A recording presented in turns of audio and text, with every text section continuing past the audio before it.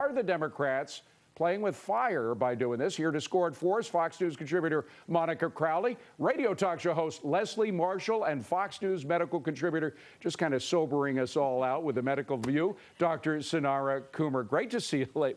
People are combing through it, and yet again, David, there's incredible audacity where all of these members of Congress now, or a lot of them anyway, have sneaked in individual special deals that didn't even exist before. Leslie, wouldn't it have been better if the president, right from the beginning, said, look, I believe every American deserves health insurance, and that we're just gonna have a referendum up and down on that issue alone?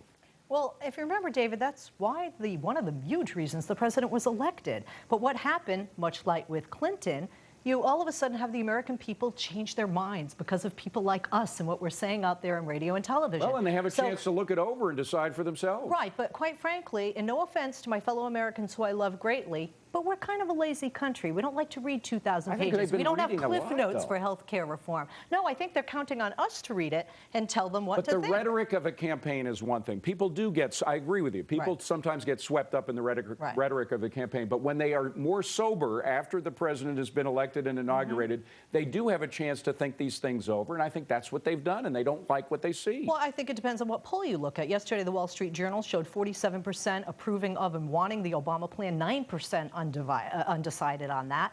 And certainly we have seen the majority of the American people wanting the public option. So what's happened here is you have Democrats that said, what do we need to do to get the Republicans to the table and to come up with bipartisan support for this plan or to have enough votes? Two away, it's going to pass. Dr.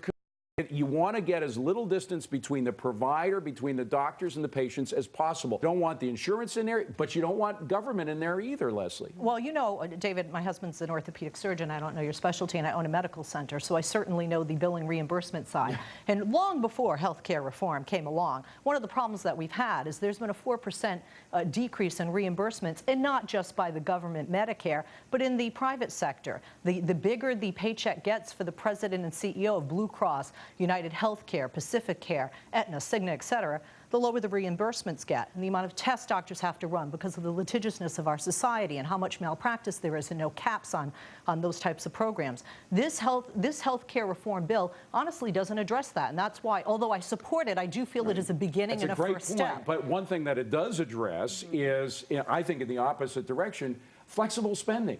Who has more form? That I would agree with, but at least Medicare, honestly, Medicare pays at least our office quicker than the private. So we have to fight more with, like, but doctors say they're not paying enough, and in fact, they're going to cut back. No, they're not. I think my husband gets $18.36 for a recheck. What Medicare? I thought this was going to be more contentious. I think we agree on more than we disagree. Ladies, I had Ralph Nader on the other night, and he gave us a very good details on what might be wrong with these cars. But you know, you could tell that he's pulling for Toyota, because everybody, all the greenies love Toyota. I mean, it's the Prius, you know, was the first of the hybrids, et cetera. Well, I may be a liberal, and we have way too much in common, girl, okay? I drive a Toyota. Oh, my goodness. And mine was made in Japan, so I've been assured that I have no problems. I bought it 4 days before this whole recall came in. And Any regrets? Any buyer's remorse? No, and I have 2 toddlers. Toyota's been great about everything.